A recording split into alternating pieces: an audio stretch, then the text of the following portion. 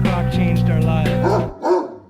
I figured I would have talked for an hour about how good the breakfast burrito is, but we unfortunately didn't get to talk much about that part of it. I mean, you bring Jared Truby, co-owner of Cat and Cloud Coffee, on the podcast. You should talk about the breakfast burrito. Like, it's that good. You should also talk about all the coffee drinks that they have that are actually mildly centered around CrossFit. I think they have like a paleo mocha. They've got some amazing shit. Cool brand, great coffee. Lovely people. And I think that was one of the huge things that I wanted to talk about, was just diving into like, how'd you guys build that? Because if you walk in there one time, you notice that it's different. Mm-hmm. And it's not, people want to. You can go to two of them in one day. Well, you can do that. You can do that if you're just with Tony and we're driving through Santa Cruz and you just make it happen.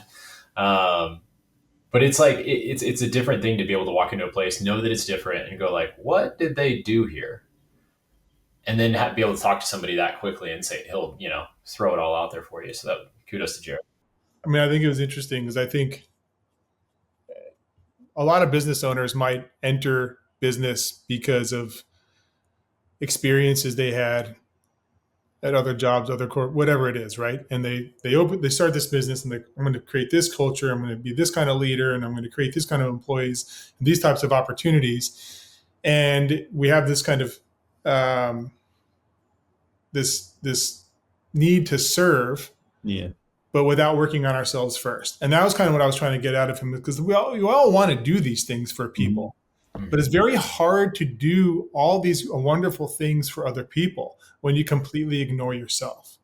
And I think what you got out of that is like, he's put in a lot of work on himself in order to be able to show up the way that he now shows up for his other partners, the other managers, the leadership, the employees, the people that are walking into the stores. And I think that's a cool lesson. I think the unspoken part of that is prevalent as the theme in it is that, and this is present in every business, you go into business for what you're good at, but you stay in business by working on what you're bad at. And I think Jared really kind of encapsulates that, and not in so many words, in terms of like the work that he's done and the indirect approach. Because I think you would look at it and be like, oh, he must just really just crush coffee. But, you get to a certain point and you're like, but wait, I'm the constant, right? And so it was cool to hear him share so much of that. So it was a really good episode. Unfortunately, the burrito didn't show up more in there, but we'll just bring him back on and talk about the greatest assembly. I think we should all go eat more of those burritos. I have the experience of it. I've had the coffee. I've never had the burrito. Well, let's do a fire pit in Santa Cruz or up the coast. It'd be a great place to have a fire pit. We can mountain bike and do all the things. So we've got a big basin. Big basin's right there. It'd be an awesome spot. There's so much we could do. Yeah. Cool. Well, hope everybody enjoys this episode with Jared Truby. Shout out to the breakfast burrito. Jared, you run a fantastic coffee shop. Thank you. Like many of them now. Wow. I want to kind of throw it back to, like, at some point I didn't know you, and you came into the picture. Did you work with Honeyco? No, that was my business partner, Chris. Okay. He tried to just kind of start his own thing, and it didn't work out, but that was his thing. Okay. I remember that coming on the scene, and I was like, ooh, sweet, coffee that's not Verve. Which was like, we loved Verve coffee back in the day at CrossFit. And then we, I didn't start drinking coffee until I was like 25. And so I was like full in it at like 26 when I was in Santa Cruz, and was like, oh man, I'm in the Mecca. Like, this is amazing. And I didn't know any better. Right. And and so I learned through kind of watching all of you, and then seeing Cat and Cloud pop up, and just thought, whoa, this is cool. And kept following you guys throughout the years and seeing but the coffee is great. That's wonderful. Love having a 1-in-1 and something delicious like a Mary's cookie or whatever. But the thing that I always kept coming back to was like, wow, these guys treat their employees like no other company I've ever seen. It seemed like the kindest, most encouraging atmosphere, obviously from afar, but like you go into a coffee shop today, and I think it's really easy to see the repetition of like whatever the add-on sentences in the, in the time that people have. Mm-hmm. And I know you guys have that, but it always felt very organic, very like real, that people are like kind of checking in, saw people, and we're just trying to make a connection. And I know you guys speak to a lot of that, so I'll shut up. Right. But I'm just curious, like, how did you guys come to that conclusion and like want to foster Totally. that dynamic? I mean, let's see if I can sum this up. The story, I mean, my reality is this, like I grew up in a pretty religious, involved environment that in its best senses, right, you do have this cool thing around community. And then the place that I grew up in was so fundamental that when my parents got divorced, they didn't know how to deal with me as this person who was super involved. It was like they don't know how to just like accept human beings. And I'm not trying to rip on any sort of religion at all because I have a lot of really like tight beliefs still. But what happened was I lost community, and I was so like community so special. Build something where there's authentic connection. And then I would always have these issues where I'm like, all these people are also struggling with stuff that they're not talking about. And there's like an inability to be actually authentic. And so it kind of stemmed out of like, how do I create something that can be a place? And I know it's not about the religion in this way at all. It's like, I like creating experiences. I like creating things that people can feel connected to and authentic in. And I want a through line. I want a through line from A to Z. And so I'm like, eventually it kind of stumbled upon that. Like I did move to Santa Cruz to start Verve with the owners, and I was their first employee. So that's where we met. And what my addition, especially coffee, was at that time was hospitality and trying to bring people in, like show them, hey, this is not like an elitist thing. It might feel unique. Let's try to find community and do something there. And that worked. I think that brought a lot of people together. What ended up spawning from that is just how can we create authenticity and a unique connection for not only the people who come in, but for the people who work together. And that's kind of where Cat and Cloud came to be. How can we create a mission?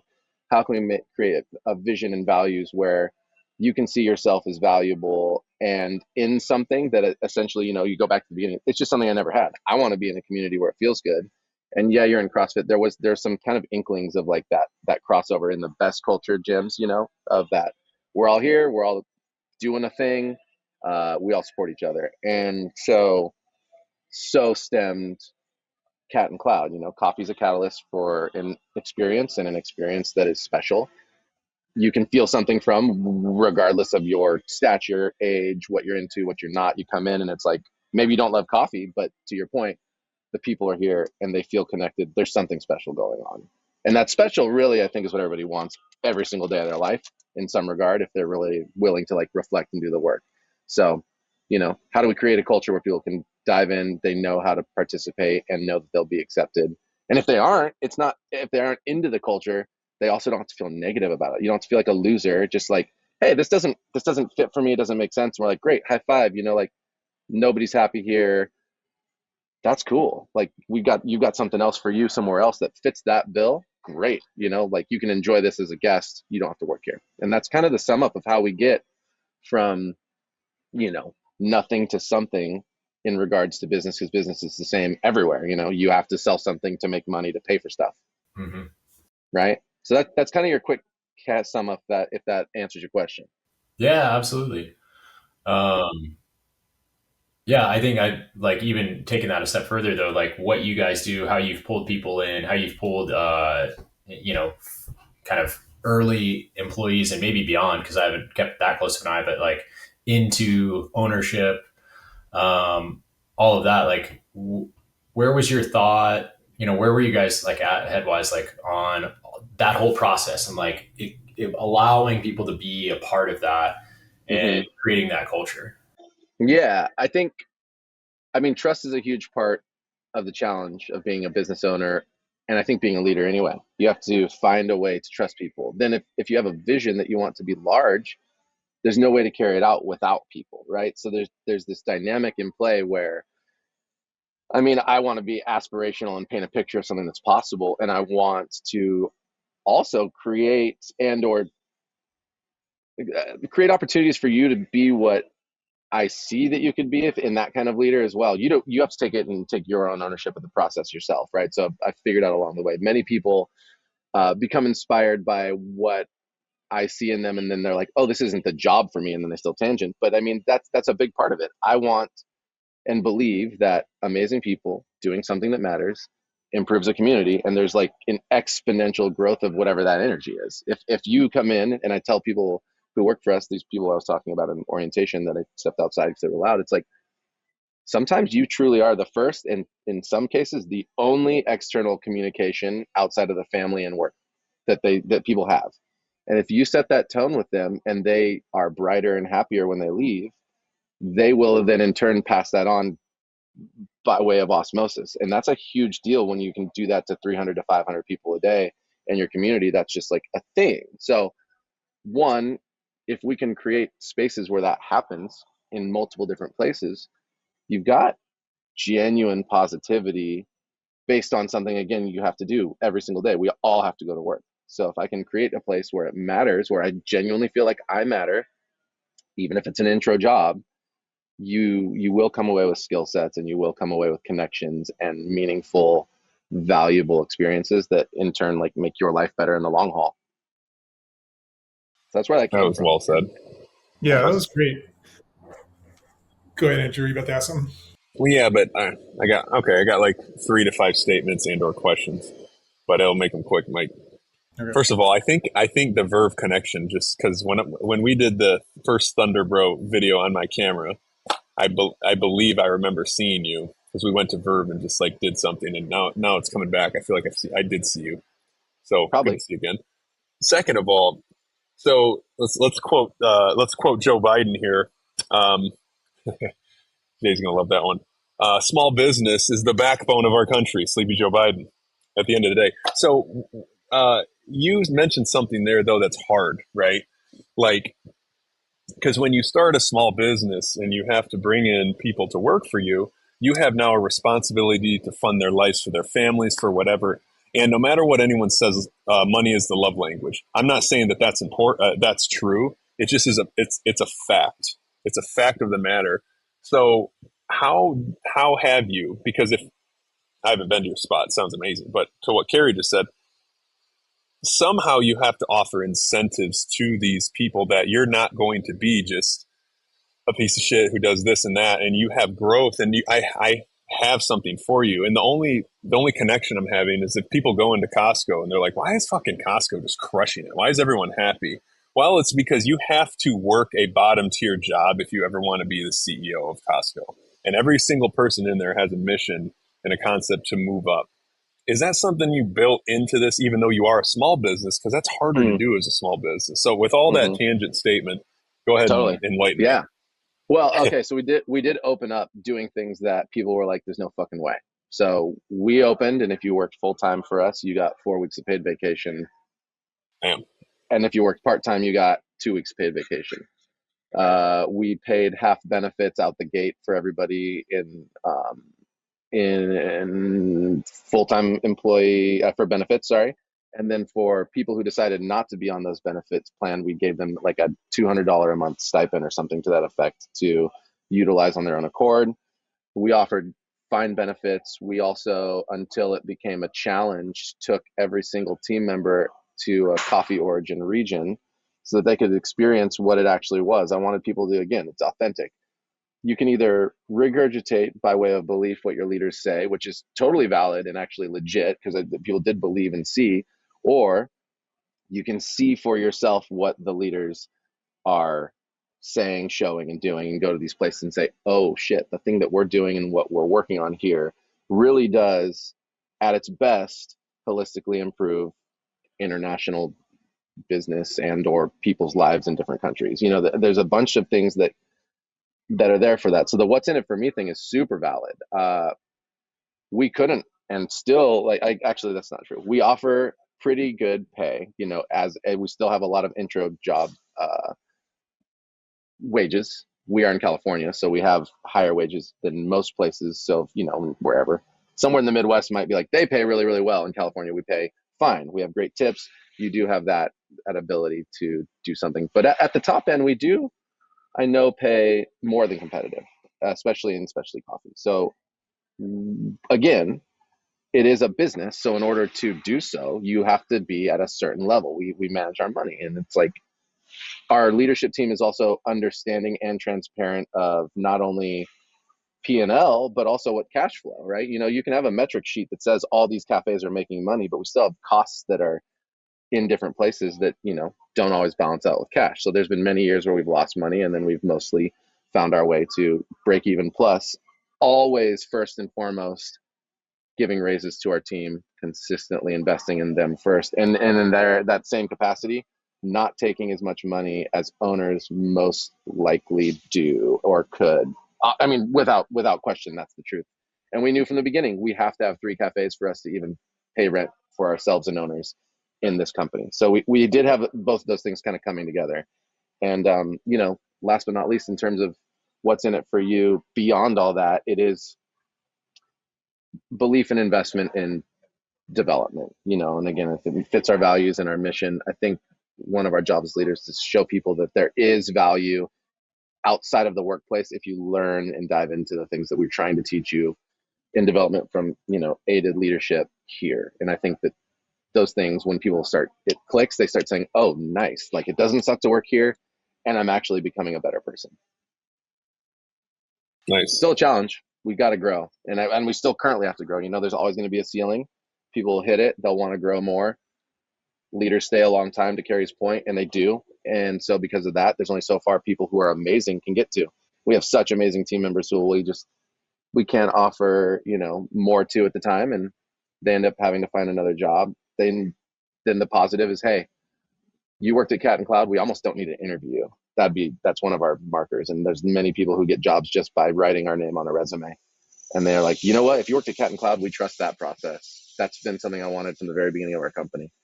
Can we be kind of a business school and a development place as well? Yeah, that's awesome. Geez, dude, like you've really created something really cool here, especially in terms of, you know, leadership, culture, opportunity within the organization. That's a lot. It takes a lot. It's a lot of responsibility. I'm sure it's a lot of pressure. What are some of the challenges that you've faced on a more personal level as a leader to develop this, right? Because it's a hard thing to do. It's a lot of weight on your shoulders, right? So, you know, what are some of your own personal challenges? And then what are some tools that you've used to get through those challenges and continue to make the progress that you've been making with this company? Yeah, let me try to get those clean. I mean, simple ones that are real. You know, you've never have lived today, and being able to kind of own that process in terms of your business is super real. I've never gone through whatever's going to happen tomorrow, which has been a pandemic, which has been go down the list, which has been awesome movements that matter a lot. That's just been, so if you go back to the beginning, and I'd say this is impossible to get around, when you start a business and there's 9 people and 3 owners that work all day, every day together, it is borderline impossible to keep it only professional. And that challenge is so strong. And it's not because you're not like being professional together. It's just that like you're sharing emotion, you're sharing everything that's going on with your team. You have to be vulnerable as an owner and professional. And that learning process is, I'd say it's impossible to keep most of those people around forever, because what happens, and again, this is where me as a leader, this is a great learning experience, a challenging one. You have those moments where you see and you feel like you need these people, and it's both true and not. You need them because there's all this potential, and yet you need to hold them accountable professionally. And they're like, what the fuck? Like, we're tight. Why are you treating me like this? And it's like, I am in charge of making this business run.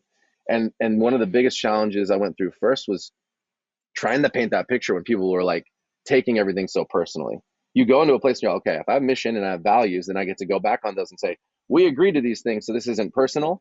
And it was just such a challenge. Now, some of that was on me, wanting to people please, wanting to offer people things that I never had gotten in the past, which is like, see me for what I'm trying to do, not see me for my imperfections now, or see me for can't you see the talents that I'm trying to bring to the table? So I would do that as well. I would dive and get behind people who were just not performing. And what I'd learned over time is that it wasn't that they didn't want to be here. It's that they just didn't like the kind of work. It was just like a misfit in terms of their personal passions in the long haul didn't line up with wanting to make coffee and be hospitality focused and these things. So huge challenge is how personal I would take it early on, and how I would feel like I was a failure when I would have these people who were so disgruntled, until I figured out, oh, this is different. They want to be here because they love working for me in this culture so much. They actually hate the job so much that they're unable to be happy. So that was one thing that I needed to go through, and it was really, really hard. And there's amazing people who also kind of cross over in like coaches in CrossFit world who are like L's that have worked for me. And I think part of that is why is like there's mutual care for like development and this amazing progress. So let's start there. There's that. Then there's just personal challenges, like we're all humans and we all have some sort of baggage and trauma in our lives that either you're going to work on or not. And that's going to come out in different forms of leadership, whether you're working on having hard conversations and like, again, owning that process of, hey, this is our standard. This is where we keep it. This is what we need to do. What is your issue? You can insert that for yourself. And can you know yourself well enough to know where your pitfalls are and find people who are maybe better than you at leading this, that, and the other, or being in a position. Like if you're an owner, you have to do everything. And there's a difference that I try to teach my leadership team between like competence and natural ability. And it's like, that was challenging too, to teach people, and including myself, less so myself, because I'm one of those who's like, if this is what needs to happen, then I just kind of switch gears and I'm like, this just needs to happen. Ego aside, like whether I love it or don't, this is the best call. But for people in my team, man, they would take it so personally when I try to break it down and say, hey, you're just not like, there's a difference between me saying, I trust that you're smart enough to figure out how to do this, versus there's a natural here who can do this in an hour. And you and myself might take 10 hours being able to figure it out. We don't suck because I can't do this in 10. Like we don't suck because we're not the best at it. We're actually really awesome and resilient that we could figure it out. But what if we didn't spend those 10 hours stressing out and hating our lives and did something that we're amazing at and found somebody better? So, I mean, again, I'm getting a little bit off the rails. There's endless challenges that come down to concepts related to that, and just helping people trust the process, hold standards, make hard decisions. Again, we had a pandemic. We had to go from like 75 team members to 20 for a long time and figure out how to rebuild the company. And we did. And now we're back up to 104 plus. There's a lot you have to go through. And I think a lot of it comes down to knowing yourself and being honest with yourself and people. Not to interject, but I think I looked up, I probably said this on the podcast before. My wife always hit me with it. If we were having a disagreement about the word gaslighting, I'm like, fuck, I don't understand this fucking word that well. So when I don't understand a word or a phrase, I go to look it up and understand the roots.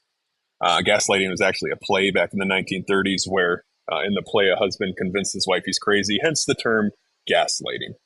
And I feel like sometimes as business owners, we throw this word, taking it personal, around. And I like what you said there, because I've finally woken up in my, Carrie doesn't like to think I'm old, but older years of like, I'm never going to not take things personal, because I grew up with Michael Jordan. That's it. That's who was on my bed sheets. That's who was on my walls. I only slept basketball. And if you don't think that guy takes everything, 100% of things personal, he does. But what you said there is letting people, I think you said letting people do what their natural ability is. And one thing I know in business, I wish I would have done better at, I did it on accident with Lipson, actually, when we started the company. I went in going, I am number 2.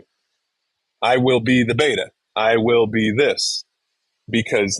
And a lot of times employees come in and the first question should be, are you trying to be the number 1 or the number 2? Because you might be a really crappy number 1 and you might be the world's best number 2, or vice versa. And what you just said is you found different leadership. Like maybe you thought, you even did that to yourself. My skills are not a number 1 in this domain of the business. So I need to go hire someone. And if they come in going like, I really am a number 2 guy, you're like, well, you're not right for this role. But vice versa, right? You know, to get a good employee, sometimes you got to come in and be like, hey, you are a number 2, and that doesn't mean you're a worse person or a less valuable person. It's just you're not going to make the big decisions. That's what I'm doing, and sometimes it sucks. Have you found that those are harder conversations to have, because you can't just look at someone right in the face, they walk in and be like, hey, don't fucking press me, you're a number 2. Like that's not how you deliver it to them. But in reality, being a number 2, you can still become insanely wealthy and a savage, right? So I don't know. Absolutely.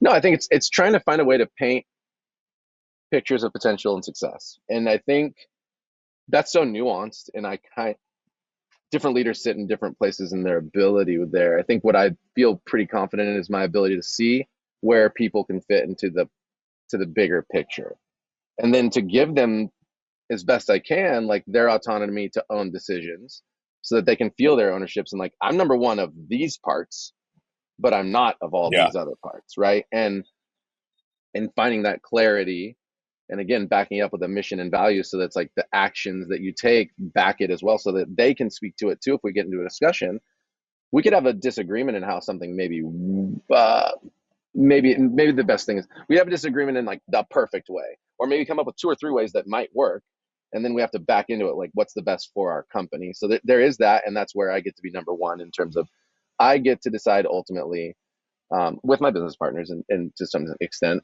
what is the best call for our company. But to your point, it's very true. Like, not everybody is going to fit that bill perfectly. And I think, how can you paint the best picture of that prior, set standards, set expectations, so that it isn't somebody who feels even the need to come in and flex and be like, show everything that I got. It's like, it's okay. You know, like, I hired you because I did motivational based interviewing and values based interviewing, not specifically only skill set based interviewing. You don't have to come in here and prove anything to me. I already believe in you. What we need to do is like get on the same page and agree upon what our goals are and what we need to do best, and figure out strategy from there. Solid. Yeah, that's cool. I mean, I love the theme you spoke about in understanding who you are, knowing who you are. I think that's super important. I think it's more important than thinking you have to change. You know, change creates tension. Change is like, square peg, round hole type of thing. Knowing who you are, knowing what your strengths are, knowing what your weaknesses are, and knowing where you can show up and where you can let someone else shine. Right. I think that's an important part to all this. How do you help employees figure out who they are? I mean, I know personally it's your own work, but how do we help other people figure out who? I mean, I've used a bunch of different things. I've always been interested in that since forever. You know, like, why do I tick the way I do? I'm neurodivergent, and I'm not crazy neurodivergent, but like the ADHD thing and probably where we all grew up was like really weird. The way the world talked about it at the time, it was just weird. And so I got a lot of imprinting that was negative upon me. So I'm like, why is it that they talk so negatively about me in these contexts, yet they call on me all the time to show up when they need the energy, when they need the person who's like the team builder, where they need the creative thinking? Why is it that it's like the most important, yet the shit talk? So I would always go into this like, okay, I need to know about what's up with me for me, so that I can maybe even try to help people understand that, because they're not going to take the time. So I would dive into all these different, the Enneagram, the Myers-Briggs, the Enneagram. Dude, I haven't heard that in 6 months. Yeah, only 6 months? Actually, that'd be longer. 6 months. It was hot Enneagram. for a while. Yeah, dude. 3 Yeah, it wings, was 4 for all those people. that's all dudes are 3s. Yeah, dude. Sure. Yeah, we just so anyways, all that to say, no, dude, I know some 5s, and I'm like, I don't understand 5s. Physical touch is our love language. Help. I needed to learn those things. So when I would see and just experience people and say, hey, your technical skills, and this is what you seem to care about a lot, I would dive into conversation, trying to sum this up.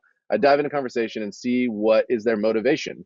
What is somebody interested in? Are they interested in being task driven and A to Z figuring out a system. Like there's systems thinkers, there's big picture thinkers who need to like talk it out and brainstorm and have these genius ideas, but they need some autonomy and space. They can't be dedicated all the time to that like 9 to 5 schedule per se. And just being able to start opening up the world to say, hey, I don't fit, even though I can work in the 9 to 5 world because I've figured out that I need to figure out how to do that as a person. It's not the best for me. So how can I create a job or a place where if you get to leadership, you can own your own schedule as long as you get the work done. And then there's a place where anybody can fit in there. And then I've had to learn because of the exact same issues I've had. I needed to be able to be A plus B equals C, perfectly structured guy. And so I can teach people how to do that methodically.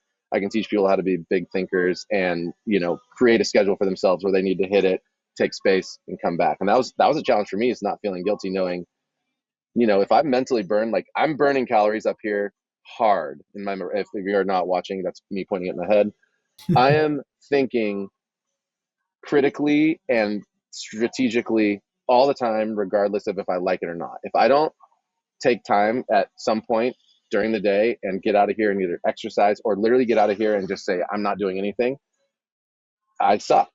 And a lot of people, as you get up, when they're a little young and they don't understand this, they go, oh, the owner's not around and not doing this, that, and the other. And it's like, that might be true for some owners. That's not true for me. I'm actually, if I go out and I shoot hoops, by the way, basketball is my number one. I do CrossFit now to make sure I can kill it at basketball. And at 43, I still play with the D1 guys and the G League Warrior guys. So that's my shout out to my world. Let's go. And let's go is right. I'm addicted. If I'm not out doing that though, I'm actually not thinking as well. And if I'm not thinking as well, I'm not showing up as well. If I'm not calm, if I'm not able to articulate, then what happens with my neurodivergent brain is I'm jumbled, I'm intense, I'm trying to figure it out and verbally process with the people in front of me. Unless it's the right kind of person, they can't follow. Even if I've got the answer, they're like, I have no fucking idea how you're getting there. And I'm like, it works, trust me. And they're like, I'm lost. So isn't that knowing hard? myself, That's hard for people though, right? To take that time off, that needed time off. Like, is that something that came natural? I mean, it sounds like from no, I feel guilty still. It's something that like you figured out you needed because of a failure, right? Like you've failed at some point. You're like, holy shit, I actually need to take some time off and like let my mind clear, and then I can come back and I can be sharp and I can lead and I can be back in it, you know? Because I know, like, I'm sure all of us at some point we take those times off, we take those breaks, and we're like, we feel guilty. And maybe it's just me from my own upbringing, you know. I mean, it is this idea, if you're not constantly working, then you're lazy, you're not doing enough, you're not progressing, and that sticks with me. So those times when I'm like burnt out and I know I need to take a break, there were times in the past where I would just push through and just completely implode because it just seemed like that was the right thing to do versus stepping away. I've become a lot better at that in my older years, but it's taken lessons. It's taken time. I mean, my lessons were health related. I mean, I'd have for a very long time, I'd have almost literally a panic attack a day. You know, I had high blood pressure, stuff that nobody knew was going on, mostly, you know, and people would maybe see that he's scrambled, but because I'm so positive and able to kind of highly function, they didn't know. So to your point, I still feel guilty about it, but the difference is now I just show up for shorter periods of time in the day. And I kind of hate the Tim Ferriss world where they're like 4-hour workday and you can build this for yourself and because I understand it's absolutely a luxury now as an owner. However, again, everybody knowing where they fit and knowing how best to work, like that was part of the understanding for me mentally, and the strategy was I'm this kind of person and I know that I contribute to this place in a way that works. Yeah. You know, and everybody's got to figure out what that is. And so, you know, my leadership team, and again, this is fresh because I've been feeling a little bit guilty about this in all these transitions. I put somebody in head of retail just over a year ago. So that took a job from me. And I sit as the COO who basically has strategic conversations around every department with everybody and figures out how we're going to do it. And so I'm sitting here guilty a lot. And fortunately, thankfully, my leadership team, one of the guys like, hey, I don't care that you're not around at all. I know that when we need to something that like we get into it and you help and you make it happen with us. And I know that I can call on you and you're there. So I never, ever think Jared's out there chilling. I'm also a single dad who's a high performer. So all that guilt is like, is the house clean? Am I being an engaged dad? Am I taking care of myself? Is this business running? Does everybody care about me? So like all those pressures are still very real. And what my solution is kind of what I'm talking about. I'm going to die if I don't feel like I have the right amount of control, but also the right amount of like belief that I'm doing the right things and able to rest a little bit, you know? And you're not going to die, because I feel the same. Let me help you real quick, because you're not going to die. I feel that, dude, you just said some things that I mantra every single day. Yeah. You're not going to die. You're going to become wise. You'll pass out before you die. That's the old Dave Ramsey quote. You will pass out before you die. And ultimately, wisdom, people think wisdom comes from just reading, just whatever. Like, I think we're getting to the point with AI where, like, my job, in quotations, is the CEO of the Midwest for CrossFit affiliates. That's it. And I did an AI thing with them yesterday, a bunch of owners, basically saying, like, here's how this takes your job or makes you do nothing. And ultimately, like, this whole wisdom of the books I've read, the things I've talked to, it's fucking all gone with AI too. If we don't be careful, and it's happening, but ultimately, you're just going to become more wise and a useful person as you age. When you think you're so stressed, because I sometimes want to throw my phone if I'm looking at it and my 3 kids, and then I'm thinking about, we're in debt this month because I didn't work hard enough and yada, yada. And then these people are relying on me. What am I doing? But ultimately, if you just stop and go, fuck yeah, instead of being like, damn it, why am I such a failure? If you just stop and go, fuck yeah, like, bring the smoke, baby, like, invite it. And then you're like, oh wait, I'm just a warrior for wisdom right now, because 15 years from now, I'm going to be so fucking wise that I know how to golf and relax because I was forced to learn how. Yeah. Through health, through panic attacks, through high blood pressure. You know what I mean? So just keep trucking, because, it is what it is. I think it's the awareness of what's going on, so you can take on those lessons, right? I mean, that's where a lot of us are. It's like, okay, I'm aware of what's happening, and like I can take on those things, I can learn the lessons, and I can apply them. I do still think there are people that aren't aware of what they're doing.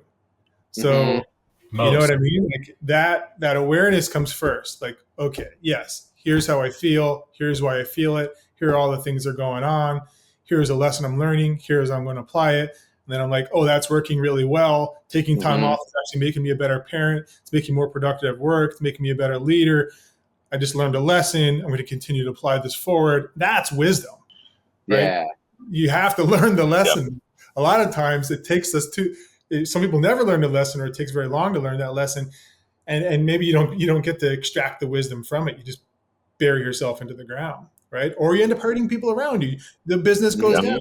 You hurt your family life. All these things start to happen, right? So, I commend you for having that level of awareness, and then taking the risk, because it is risky. Like, okay, I'm going to step back. I don't know how this is going to feel, and I'm going to take some time off. And I know it's going to suck for a while, because of my own mind. Well, the stories I'm telling myself.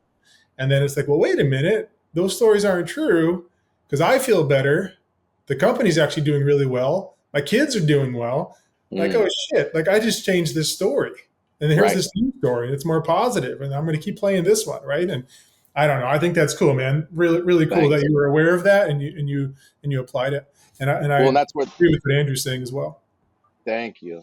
That's also where the whole concept of offering these people the 4 weeks paid vacation in 2 weeks. It's like, when you're younger then too, and this paycheck means everything to you.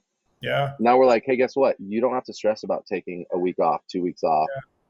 And also, by the way, I didn't talk about this. In order to use your 4 weeks, you had to use the first 2 to get the next 2. So it was like, the whole point is we are trying to build in the non-red line culture into a red line world. And anyway, so that came from, again, that was trying to like force pass on this kind of wisdom that I wasn't taking for myself when I was younger. And I want people to live their lives with a little bit less stress as best they can. So no, and I appreciate you both saying that. I mean, it's very real. And you're right. It's not that you're going to die, but that's when you get into those spirals where you're like, how am I? And it's even a little bit selfish if we're honest. Like, that's the whole point, is like, it's not all on Jared as this person only to figure it out. It's like, how can you rely on your team it's inadvertently selfish, or it comes from a place where maybe you've been taught that you can't trust others. But that's a whole lesson in and of itself, is like, until you try, then you will never know. And so, that's a big part of what was learning there, and continues to be. Stuff will still come up, but I can figure it out. Yeah. Tony's the best for that. Talking to Tony, I'll give him a shout out here. I think awareness is his specialty. If I could hammer one thing, Tony's specialty would be awareness. But Tony, I have to ask you this: when someone feels that the world, everything relies on their shoulders, right? Because I know that you've felt this several thousand times, and it's probably driven you insane at some point. What's one tactic that you've done to bring awareness to the situation, to know that it is not actually all on me, ride or die? Do you know what I mean?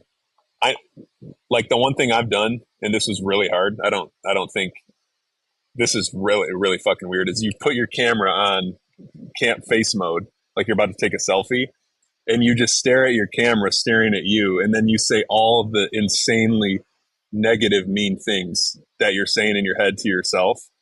And it's fucking hard. Like, say I'm a bad parent. Like if you start to say it while you're looking at yourself, weird emotions start to happen, and you start to either, like for me, I'll just break down crying. I'm like, what the fuck?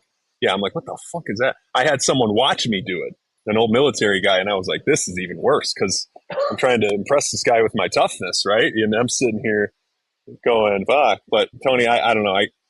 Speak to that, please.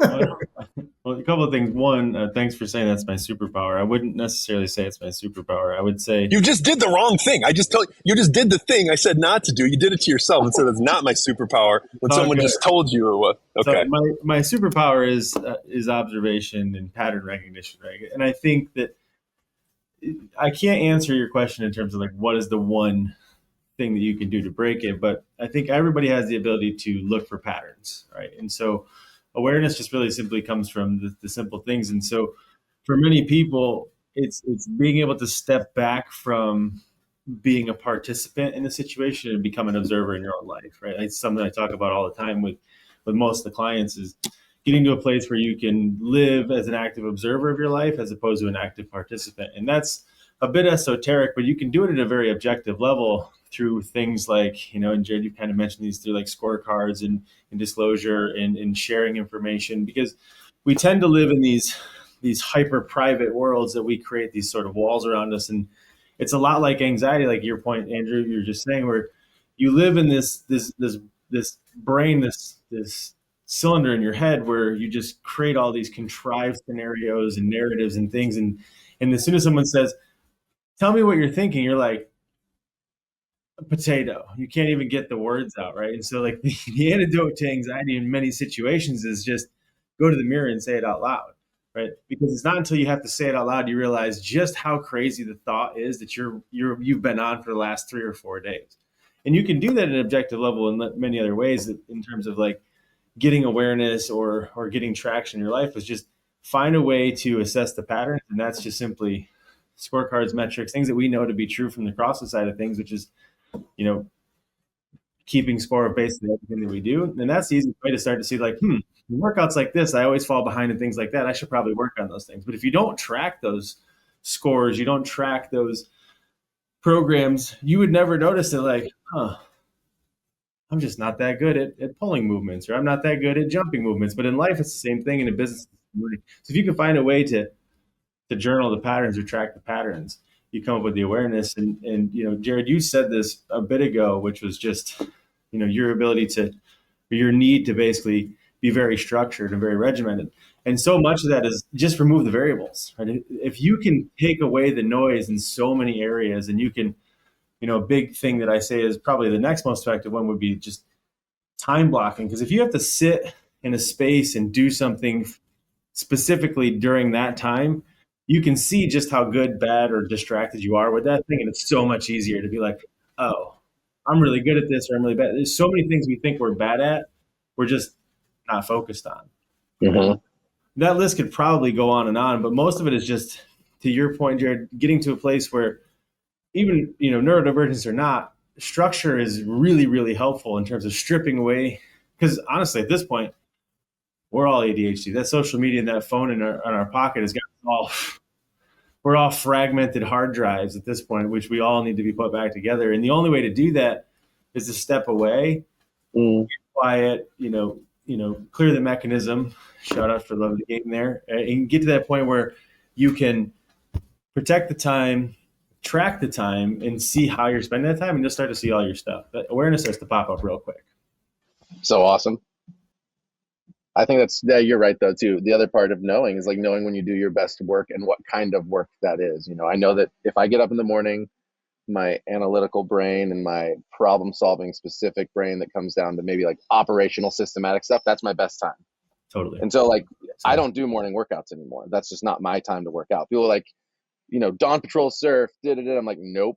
Not only am I not as good then, just like physically for whatever reason, like I just figured out this is my best time for that kind of creative thinking and problem solving. And then I move into like, now it's time to exercise and change into creative thinking. And that's just where it happens for me. And everybody's different, and being able to step back and learn yourself enough to even call that out is, I think, so just that alone is so powerful to be like, you know what, I need to be up from 10 to midnight doing whatever, because that's when I do my best work, and just figuring out the time block, even in the most generalized sense, can go such a long way for people.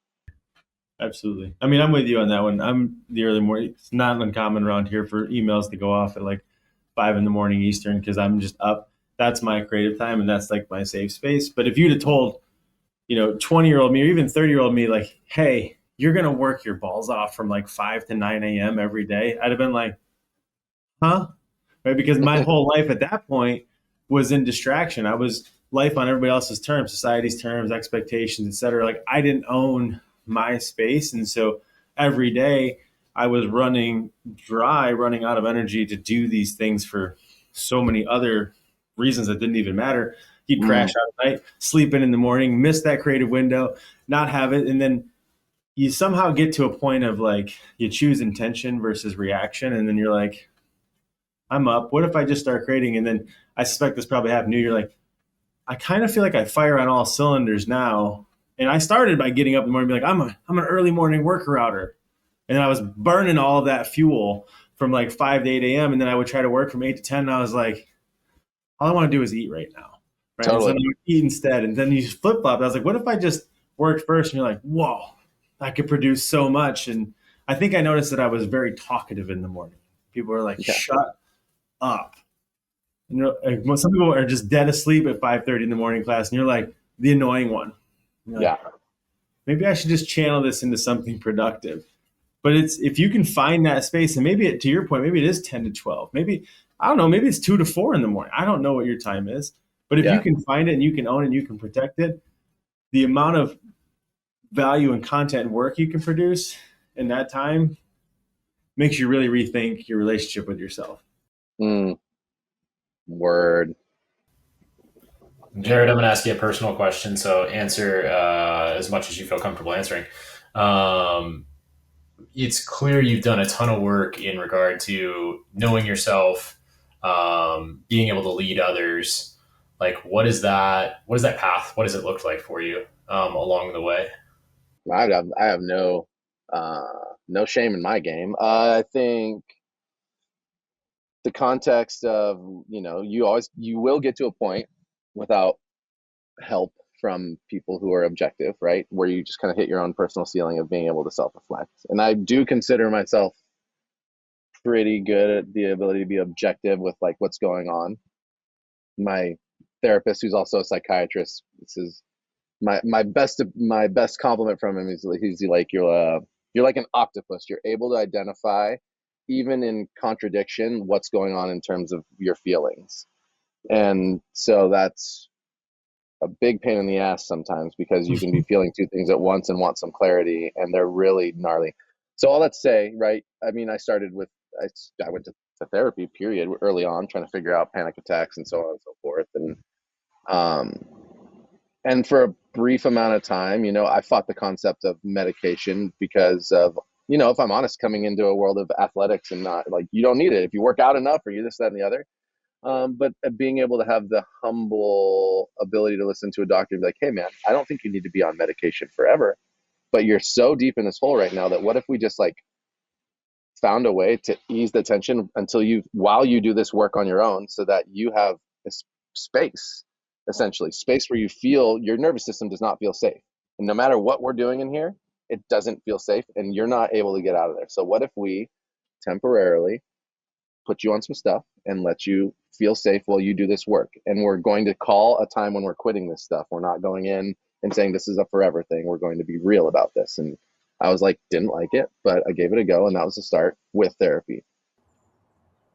I also dove into learning on a lot on my own. I've done assisted psilocybin journey and MDMA journey work with the therapist.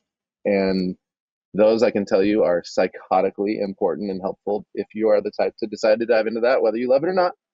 There's plenty of science, and I can tell you with 100% certainty, if you're willing again to do the work, they have been huge in terms of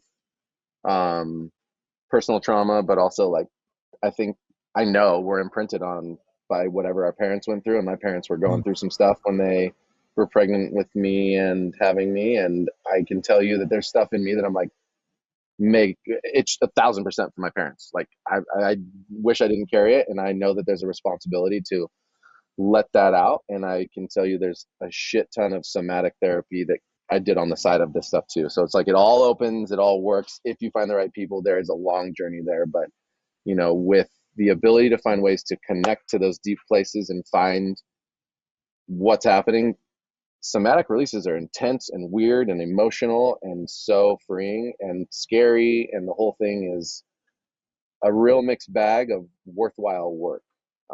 So I'd say psychedelic assisted therapy was a huge one, but therapy in general, if you're like hell no to that stuff, get yourself to therapy and get yourself to the right kind of therapist and try to be honest. Like, you don't have to perform for a therapist. They can't help you if you're trying to make them your best friend. They can't help you if you're not willing to say stuff that you're embarrassed about.